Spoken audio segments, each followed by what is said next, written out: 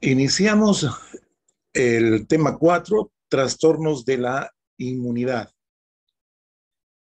Vamos a hacer un breve recuerdo de lo que es el sistema inmunológico. Es una red de células y órganos a todo lo largo del cuerpo que ha evolucionado para defender al cuerpo contra ataques de invasores extraños. Pueden ser biológicos, pueden ser físicos, etcétera, ¿no? Los llamamos extraños, sí, porque no pertenecen a nuestro sistema. Los blancos apropiados de las defensas inmunológicas son los organismos infecciosos, como ser bacterias, ¿no? Aquí estamos poniendo un ejemplo de estreptococos, puede ser también parásitos, hongos y virus, microorganismos en general.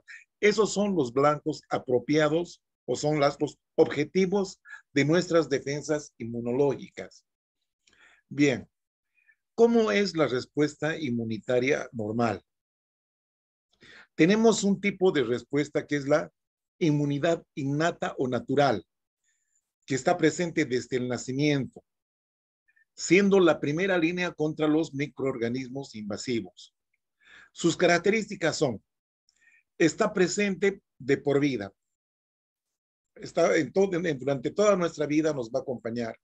No es específica, carece de memoria y no cambia de intensidad con la exposición. Ya vale decir que si es que nosotros tenemos contactos repetidos con los mismos microorganismos, la respuesta va a ser la misma. No hay mayor intensidad ni menor. Eso es lo que ocurre en la inmunidad innata o natural, que está presente desde el nacimiento. Es útil frente a microorganismos piógenos, quiere decir microorganismos que producen pus, ¿no? También hongos y parásitos multicelulares. Y esta dinámica de los mecanismos inmunológicos incluye tres componentes. Uno es físico-químico, ¿ya? Esto puede ocurrir en la piel, mucosas, en las secreciones y los cilios. Ya, gracias a estas secreciones de piel y mucosas principalmente, efectúan un lavado y una limpieza continua. ¿Ya? Las secreciones son gracias a las glándulas que están presentes en estos órganos, ¿no? Sobre todo en piel y mucosas. Ustedes saben que la piel y las mucosas son elementos básicamente de defensa, que están recubriendo superficies. La piel en la parte externa y las mucosas en la parte interna, como ser cavidad nasal, cavidad bucal, etc. Bueno, tenemos otro mecanismo que es el mecanismo humoral. Ya se traduce con la activación del complemento. La lectina de unión a la manosa. ¿Sí? Esto es importante porque gracias a esto el proceso de fagocitosis va a funcionar. Lo mismo, las opsoninas adicionales y también la proteína C reactiva y otras enzimas proteolíticas. Esto entonces eh, está dentro de lo que se llama los mecanismos humorales de la reacción inmunitaria natural. Y también tenemos la inmunidad celular, donde están presentes las células, como su nombre lo indica, ¿no? Aquí menciona neutrófilos, eosinófilos, mastocitos, linfocitos citolíticos naturales, los natural killers, ¿cierto? Entonces, todas esas células participan en una respuesta inmunitaria normal. Aquí estamos hablando de un tipo natural o innata, ¿ya? Porque también tenemos que tomar en cuenta la otra respuesta, que es la adquirida o adaptativa. Adquirida o adaptativa. Se adquiere como parte del desarrollo, aumenta con la edad y con las exposiciones repetidas, todo lo que no pasa con la anterior, ¿no? Con la innata, ¿ya? Tiene especificidad y memoria, por lo que se la denomina adaptativa. O sea que nuestro sistema se adapta, ¿ya? Ante las constantes, ante los constantes ataques de los microorganismos. ¿sí? Sus componentes son los anticuerpos producidos por las células plasmáticas, ¿no es cierto? Y las células, principalmente los linfocitos, que nos van a proteger frente a microorganismos como ser bacterias, virus, protozoos, ¿sí? Incluidas bacterias, dice aquí, las que producen su efecto infeccioso dentro de la misma célula. Son bacterias intracelulares. En general, las respuestas inmunitarias innata y adquirida no se activan independientemente, sino que se complementan entre sí. Aquí hay otro detalle de la inmunidad innata. En este tipo de inmunidad existen receptores de reconocimiento en la membrana celular y en la superficie interna de los endosomas. Ya, ustedes saben que los endosomas son vesículas con membrana que han internalizado algún elemento, ¿no? Después de la fagocitosis o la endocitosis. Eso se llama endosomas. Entonces, estos receptores pueden reconocer microorganismos patógenos. Estamos hablando en la inmunidad innata. Ejemplo, hay receptores de tipo TOL o señuelo, que se llama así, que reconocen productos bacterianos. Y hay receptores del tipo NOD, el NOD, que reconocen una variedad de sustancias como ser productos de células necrosadas, productos de células muertas. ¿Ya? Entonces, vean ustedes, esto es interesante. Esto ocurre en la inmunidad innata, ¿no es cierto? Como respuesta inmunitaria. Aquí estamos viendo qué es lo que ocurre en la inmunidad innata, ¿sí? Ahí están las barreras, que puede ser la piel, las mucosas. Aquí están los microorganismos patógenos, ¿ya? Entonces, por debajo de los epitelios están las células, ¿no es cierto? Que pueden ser los fagocitos, que involucran a los macrófagos, neutrófilos y también las células dendríticas, ¿sí? Las células dendríticas. Bueno, entonces, en este proceso, los fagocitos, como su nombre indica, van a fagocitar. Y las células dendríticas también fagocitan, pero su objetivo principal es, una vez que destruyen al microorganismo, partes de este microorganismo van a presentar a otras células. Por eso también a estas células se les llama células presentadoras de antígenos. Aquí estamos viendo el complemento que se organiza en el complejo de ataque de membrana. Y aquí tenemos los linfocitos natural killers, ¿no? Los citolíticos naturales, que también pueden atacar a microorganismos, que pueden ingresar.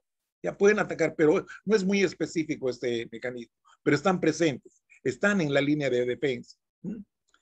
En la inmunidad adaptativa, es posible que el microorganismo, una vez que ingrese, ¿sí?, sea reconocido por un linfocito B, ya, porque puede que antes de haya tenido contacto, por lo tanto, tiene memoria. Entonces, una vez que lo reconozca, se activa y entonces empieza a proliferar y producir anticuerpos. Ahí están los anticuerpos. ¿Y qué hacen estos anticuerpos? Se unen a receptores de los microorganismos. Ahí están viendo. ¿Ya? Y esto facilita la fagocitosis. Aquí están los plasmocitos, ¿no?, que son los linfocitos B activados. Aquí está la célula dendrítica, presentando péptidos de este microorganismo a los linfocitos T.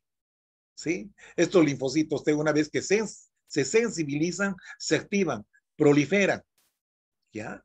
Y entonces producen su efecto, ¿no es cierto? Son los linfocitos T efectores. Estos generalmente son los citolíticos, ¿no? Los linfocitos citolíticos. Bien.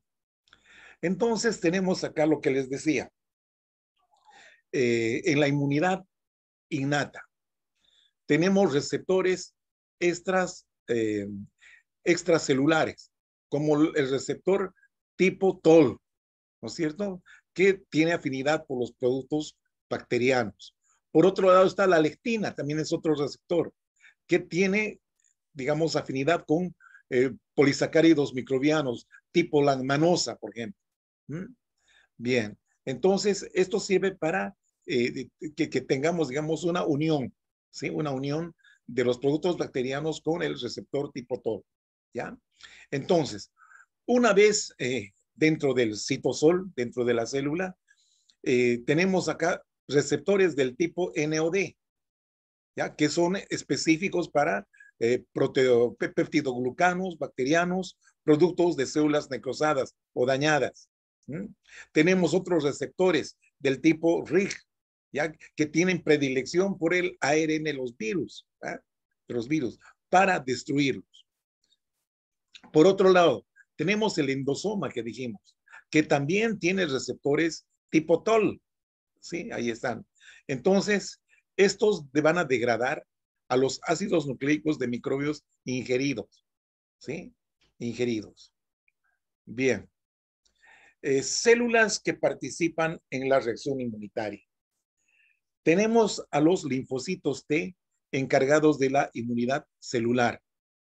Los linfocitos B encargados de la inmunidad humoral. Los linfocitos citolíticos naturales y las células presentadoras de antígenos, que tienen una participación muy importante en el proceso de la reacción inmunitaria. Estas células dendríticas se encuentran en los epitelios, debajo de los epitelios y en los intersticios celulares. ¿Ya?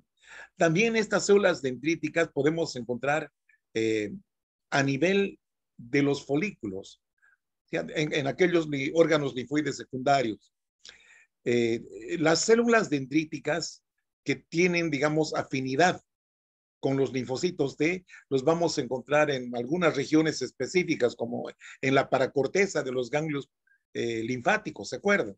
¿Mm? Y luego también tenemos las células dendríticas plasmocitoides. Se llaman así porque se parecen a los plasmocitos. Y otras células dendríticas como ser las linfocitos B o células B y los macrófagos, ¿ya? Que obviamente participan, ¿sí? Participan. Pueden presentar antígenos, tanto los plasmocitos como los macrófagos. Claro, porque las células dendríticas, que son macrófagos especializados, también su proceso es fagocitar y luego presentar péptidos, ¿no es cierto?, a las células específicas. Bien, ahí tenemos los complejos del receptor, tanto del linfocito T y del linfocito B, ¿ya? Esta es la célula presentadora de antígeno. Ahí está. Este es el complejo por parte de la célula presentadora de antígeno, ¿ya? Este se llama el complejo principal de histocompatibilidad, ¿ya? Ahí está, ¿sí? Es un dímero. Bueno, aquí está el antígeno presentando a todo este complejo, ¿no es cierto?, del receptor de las células T en este caso. ¿Mm? Ahí tenemos la señal principal, que es el complejo principal de histocompatibilidad con el heterodímero del receptor de la célula T. Bien, este es el principal contacto. Pero hay una señal, digamos, concomitante, ¿sí? Que es esta señal 2, ¿no? Donde tenemos el CD80 de la célula presentadora de antígenos, o CD86 puede ser, con esta molécula CD28 del linfocito. ¿Ya? Por esta célula, por ejemplo, es un linfocito helper, ¿no es cierto? Coadyuvante. ¿Ya? También se le llama por esta característica que tiene el CD4 positivo. CD significa grupos de diferenciación, clusters differentiation, que es en inglés. CD significa eso. Ya, entonces, los linfocitos helper o auxiliares o coadyuvantes son CD4 positivos. Aquí estamos viendo en la célula B, ahí están los antígenos. Aquí está la molécula de anticuerpo que produce o que sintetiza la célula B. Aquí también hay una señal doble. La primera es la unión del antígeno con las cadenas de los anticuerpos. Y otra es la segunda señal, ¿eh? Una señal adicional. Ahí podemos ver la proteína del complemento, que interactúa con la CD21 en este caso, de la célula del linfocito B. Entonces, para que se produzca una sensibilización de esta célula, tiene que haber primero esta señal y después esta segunda señal. Lo mismo acá. ¿Ya? Si no hay esta segunda señal, no se sensibiliza. Este linfocito no se va a activar. ¿Ya? Es como si con esta primera señal es como para arrancar un auto, ¿cierto? Colocar la llave en la chapita. ¿Ya? Y esta segunda señal es darle contacto para que el motor funcione. ¿Ya? Si no hay ese contacto, entonces no hay activación. Lo mismo ocurre aquí con los linfocitos B. Bien. Subtipos de células T. Ya, aquí estamos viendo la célula presentadora de antígeno y aquí la célula efectora. Bueno, en el caso de los linfocitos helper o coadyuvantes o auxiliares, existen varios tipos. Todo depende de las citocinas que las definen. Por ejemplo, existe esta variante, la TH1, el linfocito TH1, ya que funciona gracias al interferón gamma. Y este tiene sus células objetivo, que son los macrófagos. ¿Ya? Entonces, van a defender al huésped de microorganismos patógenos intracelulares. ¿Y en qué tipo de procesos actúan o funcionan? En un proceso de autoinmunidad, también en la inflamación crónica. ¿Ya? Por otro lado, tenemos los TH2, ya que tienen que liberan o sintetizan citocinas definidoras, dice acá, como la interleucina 4, 5 y 13. ¿Ya? Estas tienen afinidad por los eosinófilos. Por los eosinófilos. También existen TH2 que tienen afinidad por los plasmocitos para que produzcan anticuerpos. ¿Ya? En este caso estamos hablando de los eosinófilos que nos defienden de las parasitosis. Aquí estamos poniendo como ejemplo los helmintos. ¿Ya? Y también en las alergias están presentes los eosinófilos. Otra es la TH17, ¿ya? Que gracias a la síntesis de interleucina 17 y 22 tienen interacción con los neutrófilos. Y esta nos defiende de microorganismos patógenos extracelulares, pero también participan en la autoinmunidad. Eso es importante tener en cuenta. Bien. Las moléculas de histocompatibilidad son estructuras que están en las superficies celulares. Une fragmentos peptídicos de proteínas ajenas, extrañas, ¿ya? Para presentarlos a las células T específicas para el antígeno. ¿Ya? Es importante esto. Une fragmentos peptídicos de proteínas extrañas o de microorganismos extraños, digamos, que han sido fagocitados. Entonces, estos fragmentos peptídicos nos presentan a las células T específicas para ese antígeno, ¿no es cierto? Que es el péptido, ¿no? Fragmento peptídico.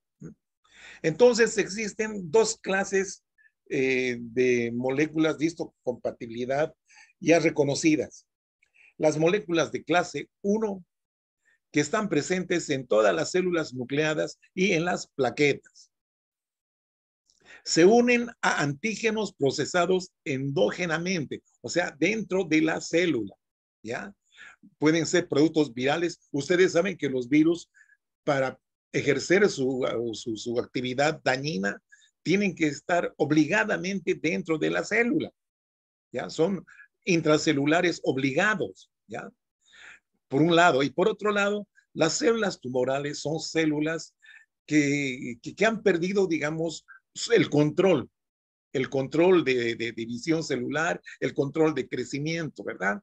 Entonces, estas células son totalmente autónomas y además son células que están, digamos, dividiéndose, transformándose, produciéndose mutaciones adicionales, son totalmente, digamos, autónomas, pero no obedecen a ningún patrón, a ningún orden.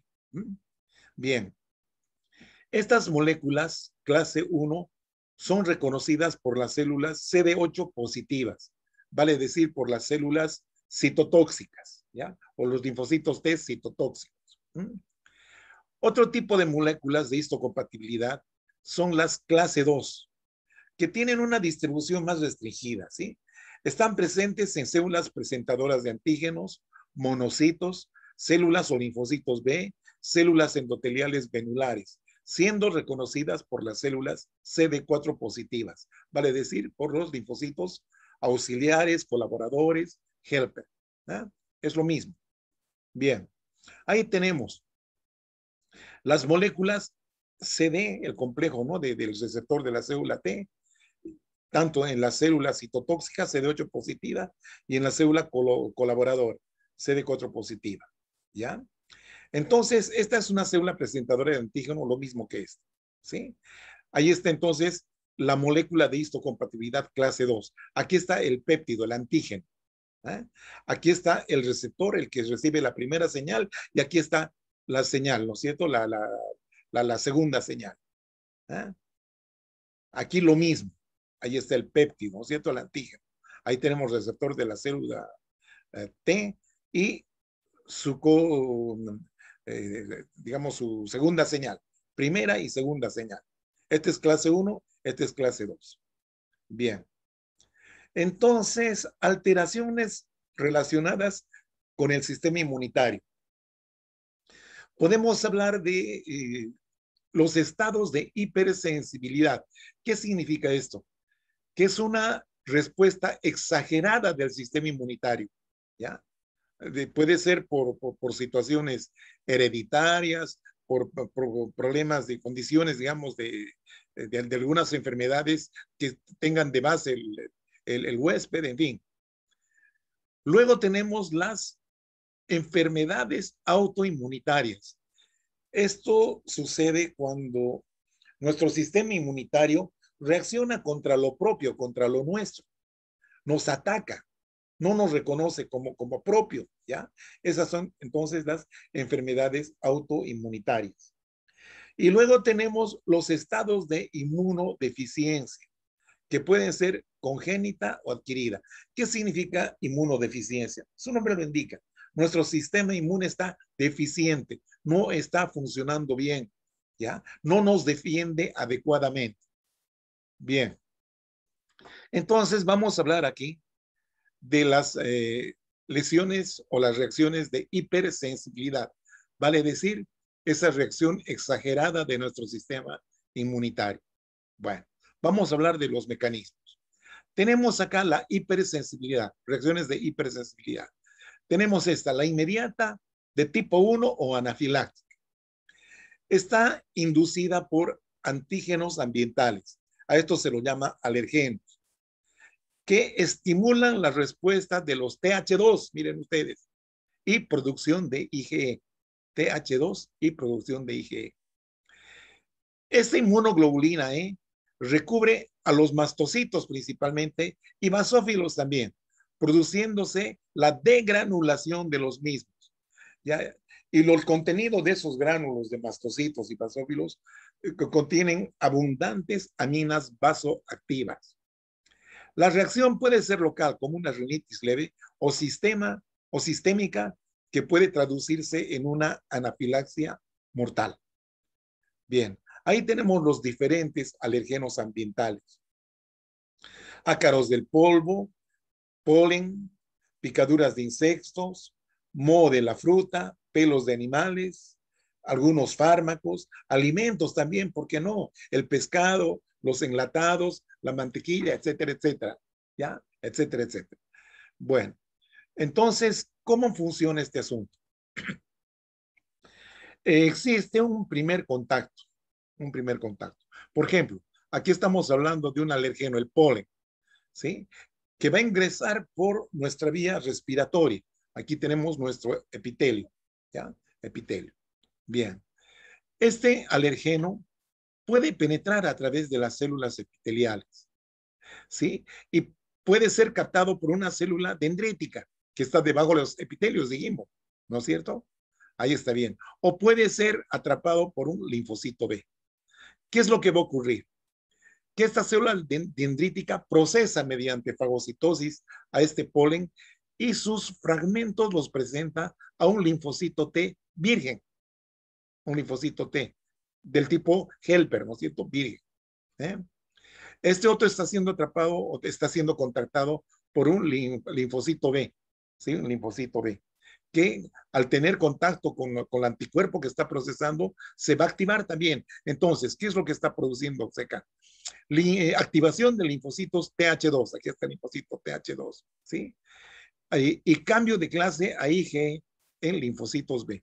O sea, que los linfocitos B, una vez que se activan, se convierten en célula plasmática o plasmocito que va a secretar IG. Ahí está la IG.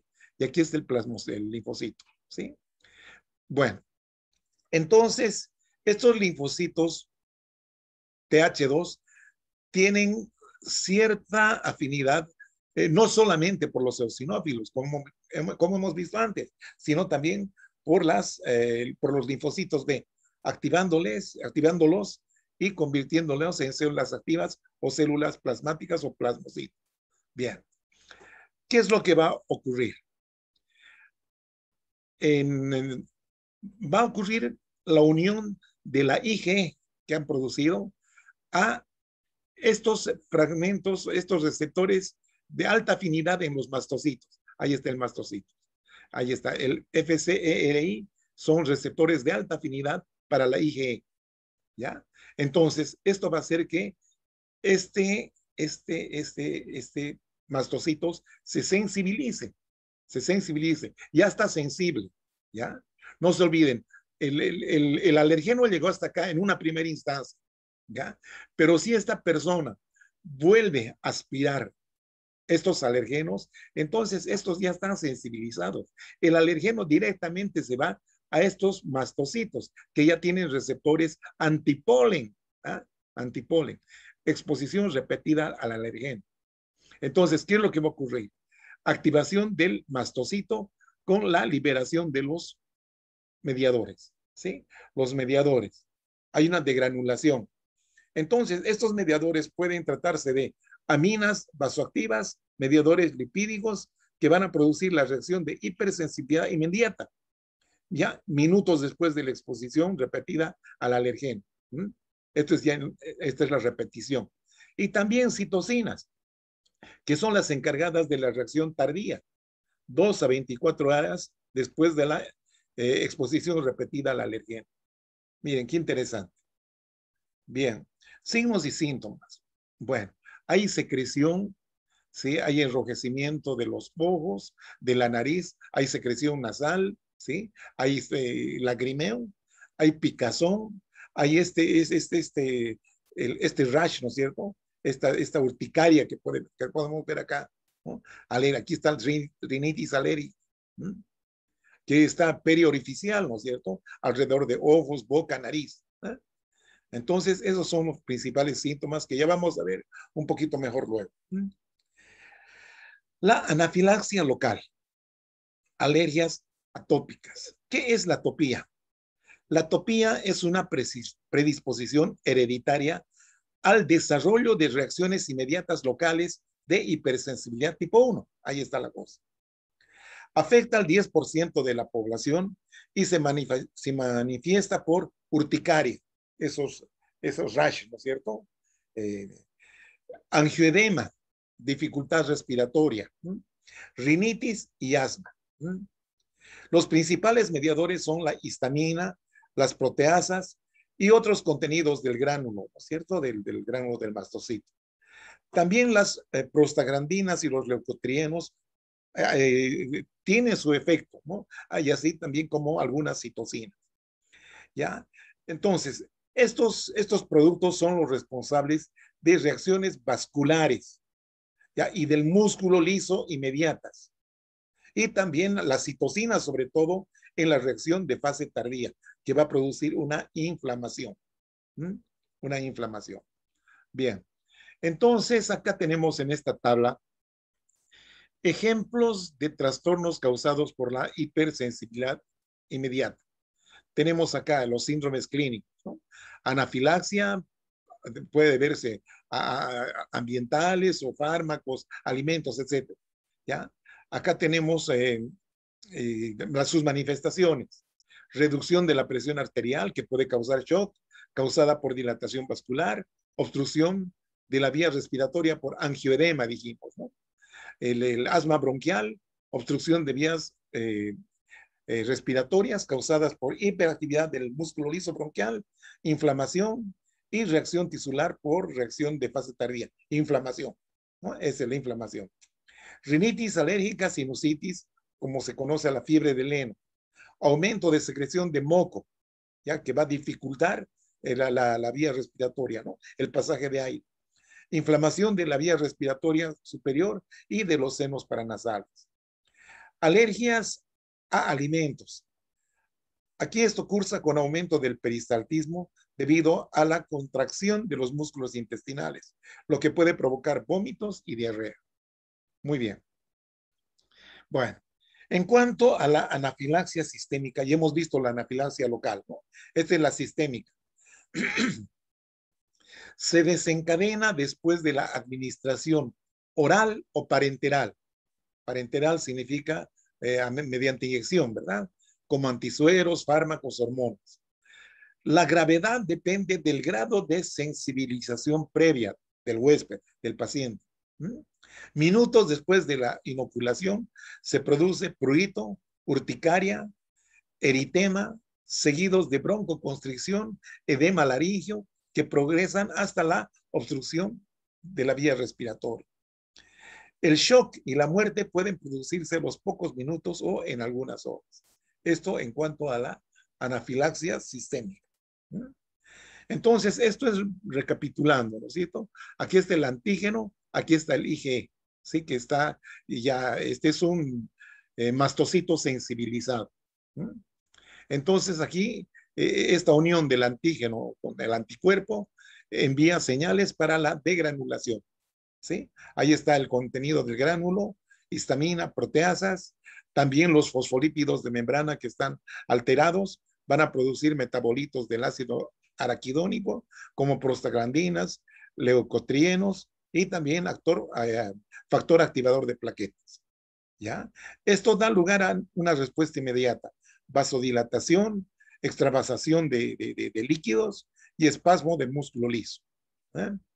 Bien, también va a haber señales para la activación de los genes, ya que codifican la producción de citocinas.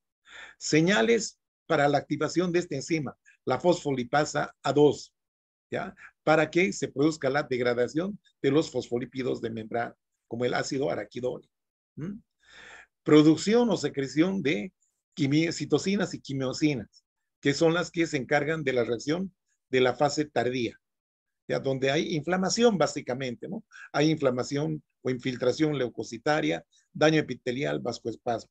Y eso también contribuyen sobre todo los leucotrienos. Bien, ahí tenemos un paciente en shock anafiláctico.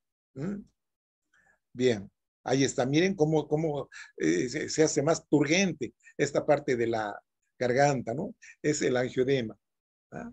O edema laríngeo. Bien. Otro tipo de hipersensibilidad es la del tipo 2, ¿ya? Que tiene sus variantes, ¿no? Acá tenemos, por ejemplo, la hipersensibilidad mediada por anticuerpos. Aquí entonces van a participar los anticuerpos. Los trastornos por este tipo de hipersensibilidad se deben a producción de anticuerpos dirigidos contra antígenos diana, otros objetivos, ¿sí? Situados en las superficies de las células u otros componentes tisulares. ¿Ya? Otros componentes tisulares. Pero más que nada son antígenos de superficie celular. Ahí dice eso. Los antígenos pueden ser moléculas normales intrínsecas a las membranas celulares, componentes de las membranas celulares, ¿sí? Moléculas componentes de las membranas celulares. O bien de la matriz extracelular, ¿sí? Que están ahí cerca de la célula, obviamente, cerca de su membrana, o de la matriz extracelular. O pueden estar absorbidos por antígenos exógenos. Absorbidos, no es absorbidos, absorbidos. O sea, pegaditos, se pegan, no las absorben, se pegan, se adhieren. Por ejemplo, el metabolito de un fármaco. ¿Mm? Entonces, estos son los antígenos, ¿ya? Los que van a ser causantes del problema. La lesión posterior se produce por los mecanismos que describiremos a continuación. Perfecto. Bien. Tenemos entonces este mecanismo que es la opsonización y fagocitosis, mediada por complemento y receptor FC. Bien. En este caso, puede producirse destrucción directa a través del complejo de ataque de membrana o por opsonización. ¿Esto en qué situaciones puede ocurrir? En reacciones transfusionales por incompatibilidad sanguínea, ¿ya? Grupos sanguíneos, factor RH. En casos de eritroblastosis fetal, ¿ya? Donde se producen anticuerpos IgG maternos contra los antígenos de eritrocitos del feto, ¿ya? Eso es cuando hay incompatibilidad sanguínea entre el padre y la madre. Otros casos, la trombocitopenia, la agranulocitosis y la anemia hemolítica autoinmunitaria. Todos son estos procesos autoinmunitarios. Bien, entonces, una segunda, aquí estamos viendo lo mismo, ¿no? Opsonización y fagocitosis mediada por complemento y receptor FC. Bien. Los anticuerpos, ya sean IgM o IgG, se dirigen a las células blanco, activan el complemento y su destrucción se debe a la opsonización, ya por estas opsoninas, C3b, C4c, y produciéndose de esta manera la fagocitosis. También conduce a la formación del complejo de ataque de membrana que produce destrucción celular mediante lisis osmótica. Bueno, está bien, ya ahí tenemos. Esta es una célula opsonizada, ¿ya? Ahí están las opsoninas, la fracción C3b. ¿Eh? Aquí está el complejo de ataque de membrana. Bueno, la opsonización, entonces aquí está la inmunoglobulina, en este caso IgG, y aquí está el receptor de la fracción FC de la IgG.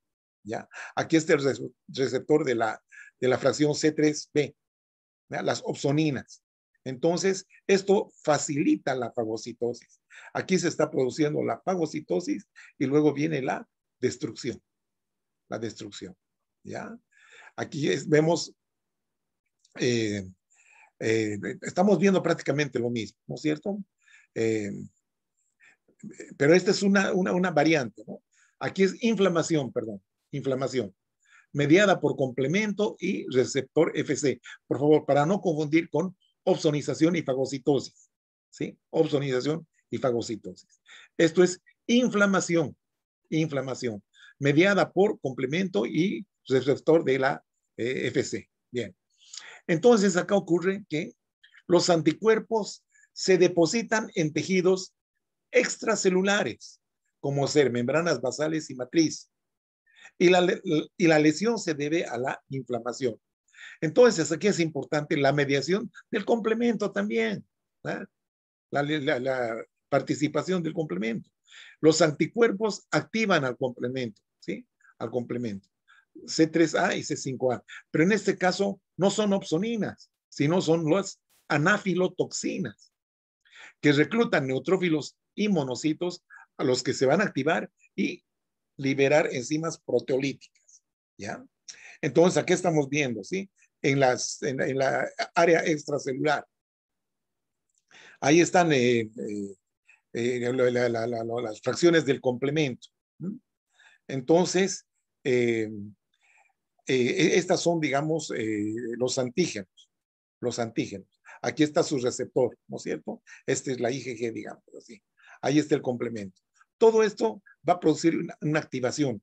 Por una parte, la formación del complejo de ataque de membrana y por otro lado, el fraccionamiento de estos complementos, dando lugar a subproductos, como ser las anafilotoxinas.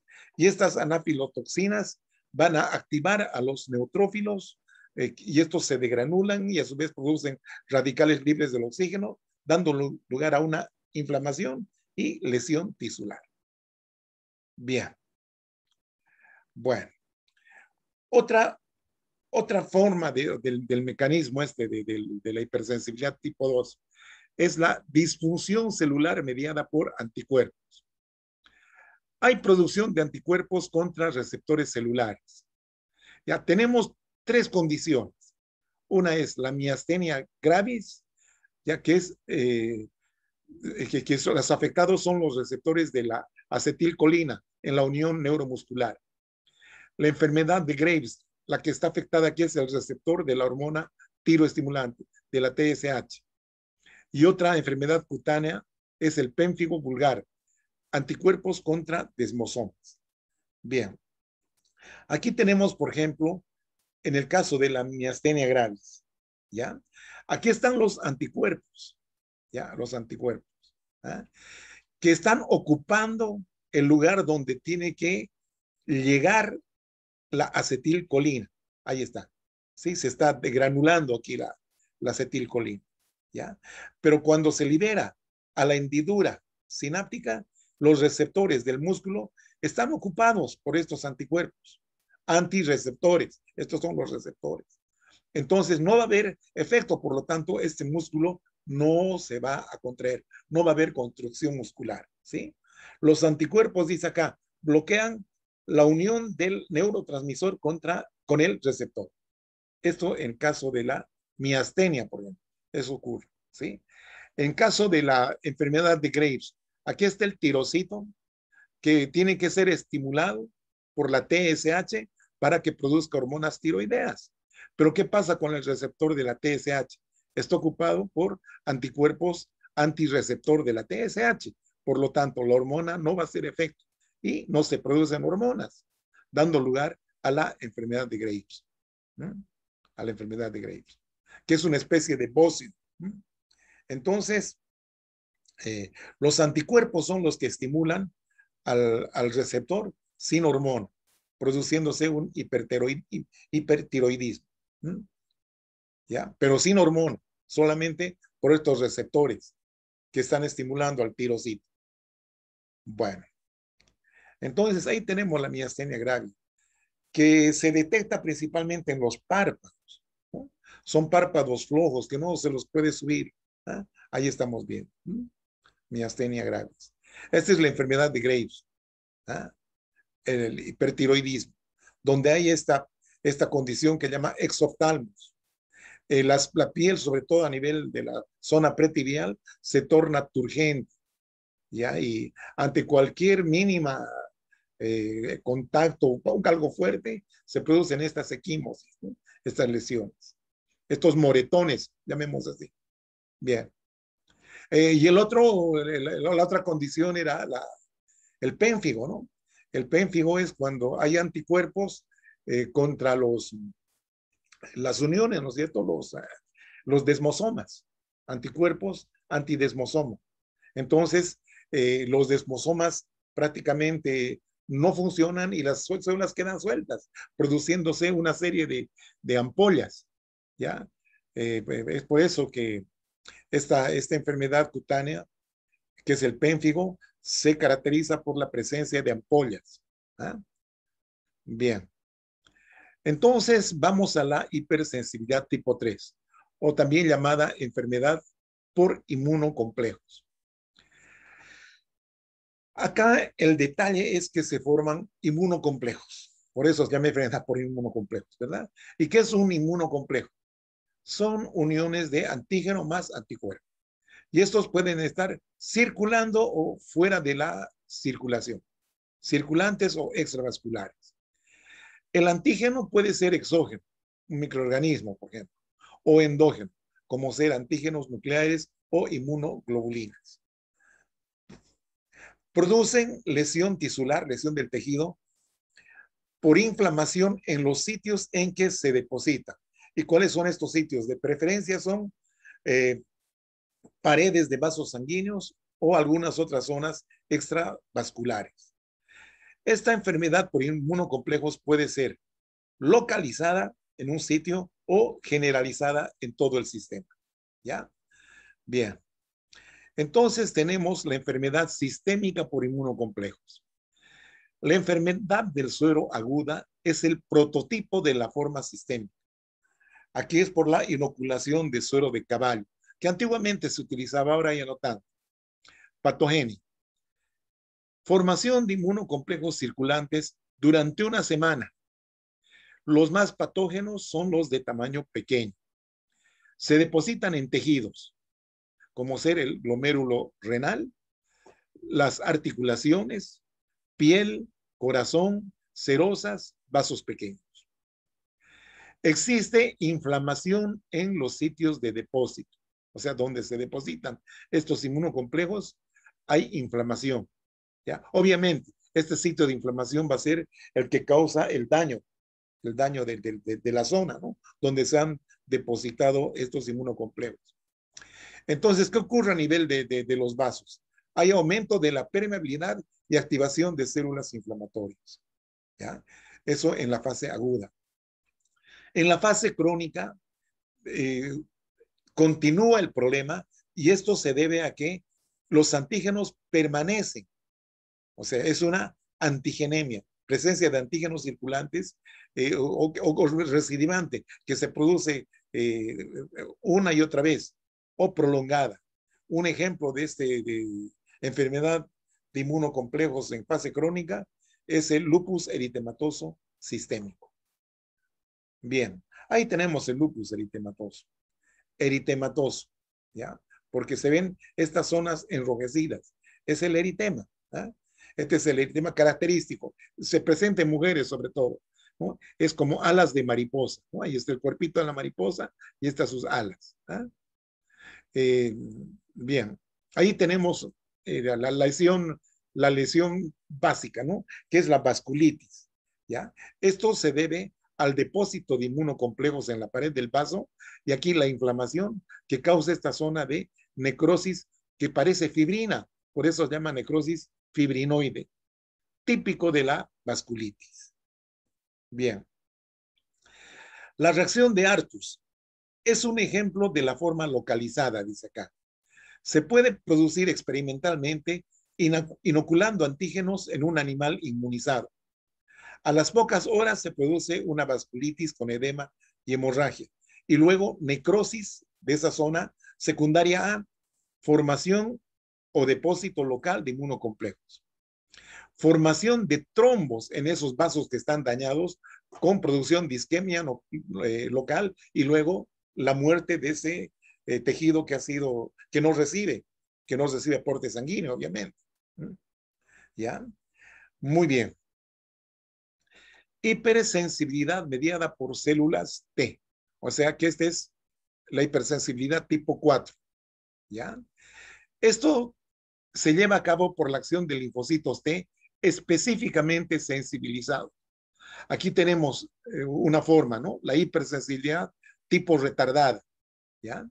Se trata de una reacción tisular a los antígenos administrados a sujetos inmunizados, ¿ya? Reacción tisular, antígenos administrados a sujetos inmunizados. Esta reacción, ya, en esta reacción, perdón, un antígeno administrado en la piel de un sujeto previamente inmunizado da lugar a una reacción cutánea detectable en un lapso de 24 a 48 horas. De aquí el término de tardía.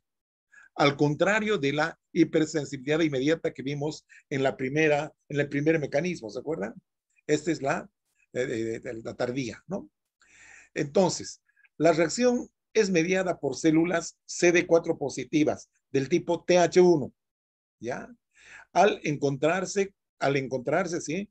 Con antígenos asociados al complejo principal de histocompatibilidad, clase 2.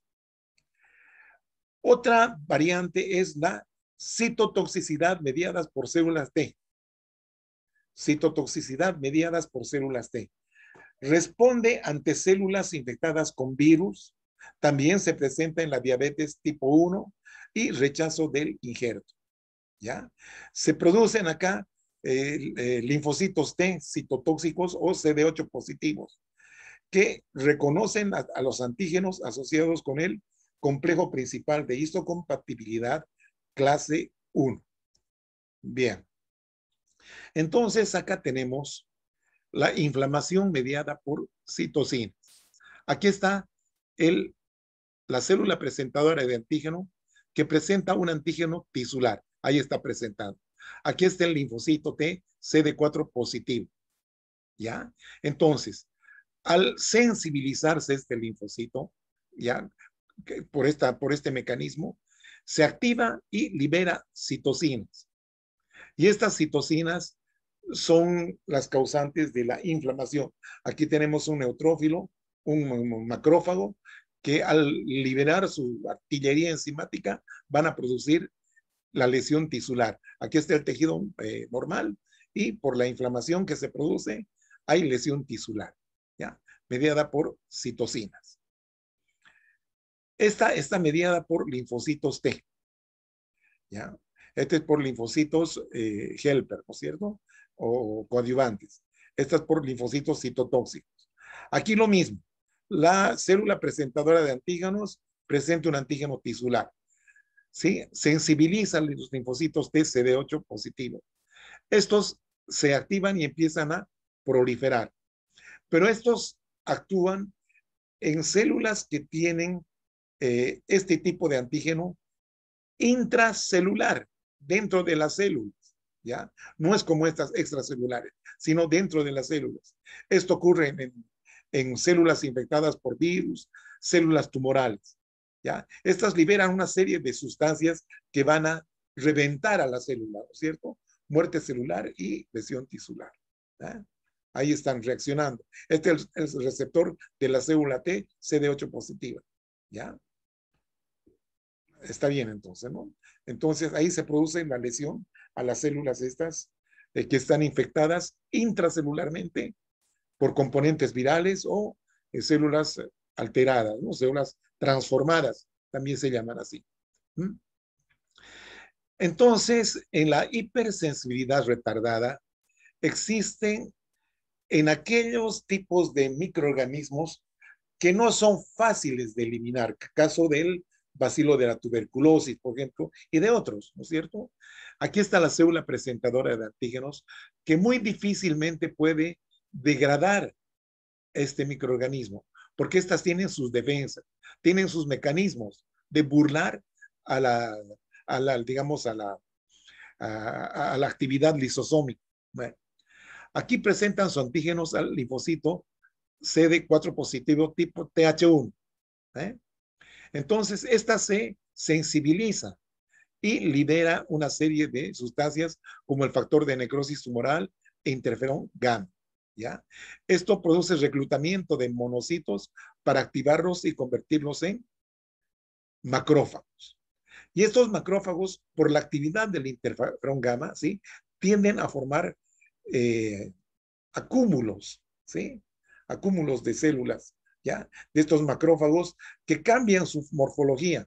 Se vuelven más alargados como células epiteliales, ¿no? Por eso se les llaman las células epitelioides, que muchas veces se fusionan y forman las células gigantes multinucleadas, ¿ya? Están rodeadas por linfocitos, generalmente, y también macrófagos. Y periféricamente existen fibroblastos y depósitos de matriz, con la finalidad de focalizar a este granuloma. El granuloma, entonces, ¿no? Esto ocurre en la tuberculosis, la lepra y otros tipos de células o de infecciones crónicas. Ahí tenemos, miren, ya conocen esto. Los granulomas, la célula gigante, multinucleada y los núcleos dispuestos en corona, ¿no es cierto? Ahí está una granulomita pequeño, acá otro, ¿sí? Acá otro. Ahí están los linfocitos, miren alrededor. Y aquí está la fibrosis. Bien. Ocurre prácticamente lo mismo, el mismo mecanismo es en la dermatitis de contacto. ¿Mm? Contacto con material, digamos, que no tolera la piel del huésped, ¿no? Del sujeto. Entonces aquí se produce una serie de reacciones que en este caso ha habido una sobreinfección. Esto puede ser debido a una chinela, por ejemplo. ¿Ah? Entonces acá hay, miren, necrosis supurativa, ¿no? Hay pus y una inflamación bastante importante. ¿Ah? Dermatitis de contacto. Ahí tenemos, ¿sí? Los linfocitos causando la reacción. Esta es la piel y aquí se ha producido una ampollita, ¿sí? Esto se llama eh, eh, epidermolisis, ¿ya? Epidermolisis.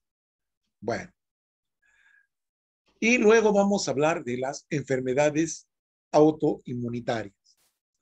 Para considerar una enfermedad autoinmunitaria, debe cumplir ciertos requisitos. Presencia de una reacción autoinmunitaria, eso es inevitable, ¿ya? Esa es, digamos, una condición sine qua non. No tiene que ser secundaria a daño de un tejido, por ejemplo, infecciones, no secundaria. ¿Eh? Y tiene que haber ausencia de otra causa de enfermedad para titularlas o considerarlas como autoinmunitarias. ¿Ya? Entonces, en este tipo de enfermedades, los trastornos pueden ser producidos por células T o por anticuerpos que reaccionan contra autoantígenos, afectando un determinado tejido u órgano, o bien a todo un sistema. Vean ustedes. ¿Eh? Bueno, entonces en condiciones normales existen mecanismos de tolerancia inmunitaria. Aquí vamos a hablar de la tolerancia central y de la tolerancia periférica. ¿Qué significa la tolerancia central? Bueno, todos los linfocitos se originan en la médula ósea. Algunos están programados para convertirse o diferenciarse en linfocitos T, pero para eso tienen que migrar hasta el timo, ¿ya? O bien los que están programados para ser linfocitos B vuelven a la médula ósea para convertirse o diferenciarse en linfocitos B. Bueno, entonces, ¿qué ocurre? Estos linfocitos empiezan a madurar, a diferenciarse, ¿ya? Y constantemente pasan una serie de controles, ¿ya? Que son las encargadas de eso, son estas células presentadoras de antígenos que están dentro del timo. Entonces están evaluándolas constantemente, mostrándoles antígenos propios y estas no tienen que reaccionar contra un antígeno propio. No tienen que reaccionar, porque si reaccionan, inmediatamente son eliminados por apoptosis, ¿ya? Pero si lograran por alguna manera sobrevivir, entonces estas van a evolucionar a linfocitos T reguladores, ¿ya? De enemigos que podrían haber sido, se vuelven células amigas, ¿ya? Entonces, de esta manera se convierten en linfocitos T reguladores y de esa manera salen del timo, ¿ya? Hacia la circulación, o sea, hacia la periferia. Lo mismo ocurre con los linfocitos B, ¿ya? El linfocito B es evaluado.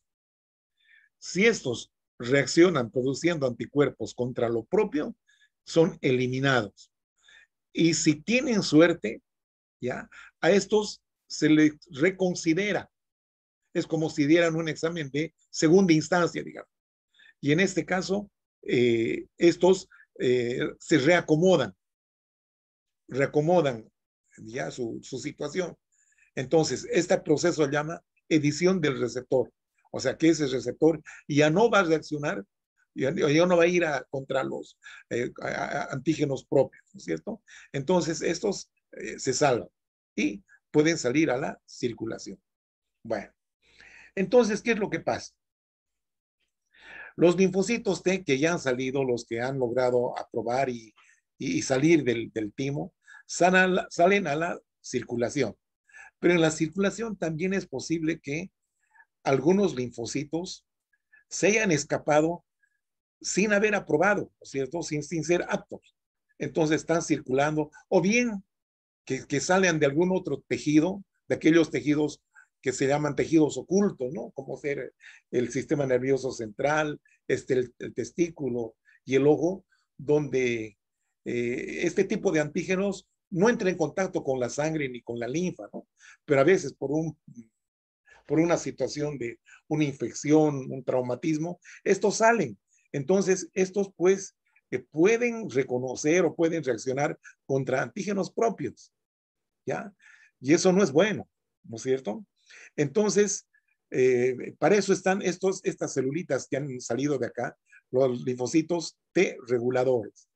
Entonces, estos van a estar siempre en contacto con células presentadoras de antígeno y con estos linfocitos B, que si están reaccionando contra lo propio, entonces los elimina por apoptosis, ¿ya? Entonces, también suele ocurrir la situación en que un linfocito T reacciona contra un antígeno propio. Este está presentando un antígeno propio, ¿ya? Entonces, en este caso, ¿qué puede ocurrir? Tenemos dos alternativas. Que no haya la segunda señal, la primera y segunda señal, ya cuando hay el receptor de la célula T, ¿sí? Entonces, si no hay una segunda T, entonces se produce una especie de anergia. Entonces, no hay respuesta. Entonces, esta no reacciona. Pero si hubiera una respuesta con las dos señales, entonces esta es eliminada por apoptosis, ¿ya? Lo mismo ocurre con las células B.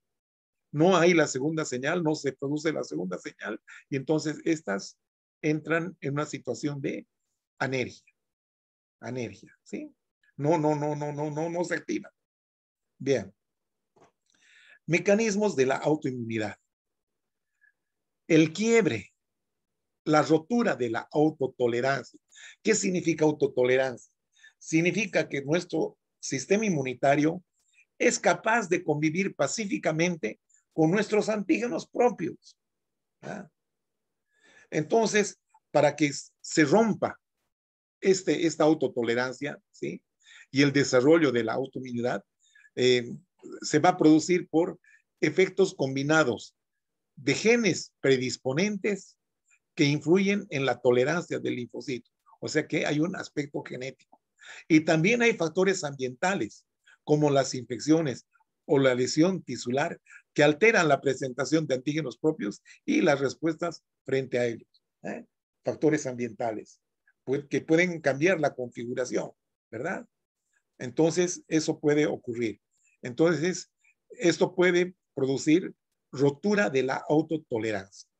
Bien, y aquí es lo que veamos, miren, predisposición genética, ya la gente nace con eso, hay cierta predisposición genética. Estos genes predisponentes, ya, llevan al fracaso de la autotolerancia, y entonces esto lleva a que se produzcan linfocitos autorreactivos, ya. Desencadenantes ambientales, tales como infecciones, inflamación, lesión tisular, ¿sí? Aquí están llegando gérmenes, ¿no? Microorganismos. Aquí esta célula presentadora se la come o el macrófago se la come. Estos son fagocitos, ¿no es cierto? Se produce una especie de inflamación, ¿ya? Entonces, estos tejidos van a activar a, a las células presentadoras de antígenos tisulares, ¿ya? Y estas, que es un antígeno tisular, presenta a este linfocito autorreactivo. Entonces, ¿qué es lo que va a pasar? Este linfocito autorreactivo se sensibiliza y se activa. Y al activarse, proliferan. Y estos, como son anticomponentes de los componentes del tejido, ¿sí? Estos van a destruirlos, produciéndose una enfermedad autoinmunitaria, ¿ya? Entonces, entre las enfermedades autoinmunitarias clásicas están el lupus eritematoso sistémico. ¿Ya? Es un trastorno autoinmunitario inflamatorio crónico que puede afectar muchos sistemas, muchos órganos, ¿eh? Incluyendo piel, articulaciones y órganos internos, ¿sí? Por eso se llama sistémico. Se llama lupus porque viene de lobo, porque no sabe cuándo va a atacar, ni por dónde. Eritematoso porque hay eritemas, sobre todo en la piel. Afecta 9 veces más a la mujer que al hombre y puede presentarse a cualquier edad. No se conoce completamente el mecanismo o la causa de las enfermedades autoinmunitarias. No se las conoce, ¿ya? Entonces tenemos acá algunos, digamos, algunos aspectos clínicos, ¿sí? Del lupus eritematoso. Aquí estamos viendo en la piel, ¿no es cierto? El eritemen alas de mariposa, en zonas expuestas generalmente, ¿eh? A nivel de las grandes cerosas puede producir derrames, ¿sí? a nivel del pericardio, de la pleura, y a veces del peritoneo. Puede producir a nivel de las válvulas del corazón. ¿Ah? ¿Ya? Entonces acá se ha complicado, miren, con una tuberculosis produciendo derrame, ¿no? Aquí a nivel de los corpúsculos renales, producen nefritis. A nivel de articulaciones, las artritis. A nivel de las articulaciones menores y de la piel de los dedos, el fenómeno de Raynaud, que ya sabemos de qué se trata, ¿no? Son vasoespasmos en la porción distal de los dedos. Bien. Aquí vemos la piel. Esta es la epidermis, ¿no es cierto? Aquí vemos la dermis. ¿Sí? Aquí hay áreas de vasculitis, se pueden ver acá. ¿Sí? Vasculitis. ¿Sí? Aquí también vasculitis. Entonces, vean ustedes, los linfocitos están atacando sobre todo a los queratinocitos basales. Miren cómo atacan. ¿Ah? Están atacando. ¿Ah? Bueno, entonces esto es una característica de la afectación cutánea del lupus eritematoso sistémico. Ahí vemos una nefritis lúpica crónica, donde el riñón ya no tiene esa superficie continua, brillante, no, más bien es bastante moteada, bastante fiera. Ahí estamos viendo eh, en los glomérulos, ¿no? Del corpúsculo, ¿sí? Aquí estos vasos con paredes muy gruesas, mire, por depósitos de inmunocomplejos, eso es, ¿eh? Depósitos de inmunocomplejos. Entonces, tienen este aspecto, ¿no? Como asas de alambre, dicen acá, asas de alambre, característico de la nefritis lúpica. A nivel del corazón, en las válvulas, presentan esta endocarditis vegetante, que como es a causa del lupus, se llama esta endocarditis de Liebman-Sachs, que es característica del lupus eritematoso. Entonces, la vamos a parar acá. Continuamos la próxima semana con la segunda parte. Muy bien, jóvenes, gracias.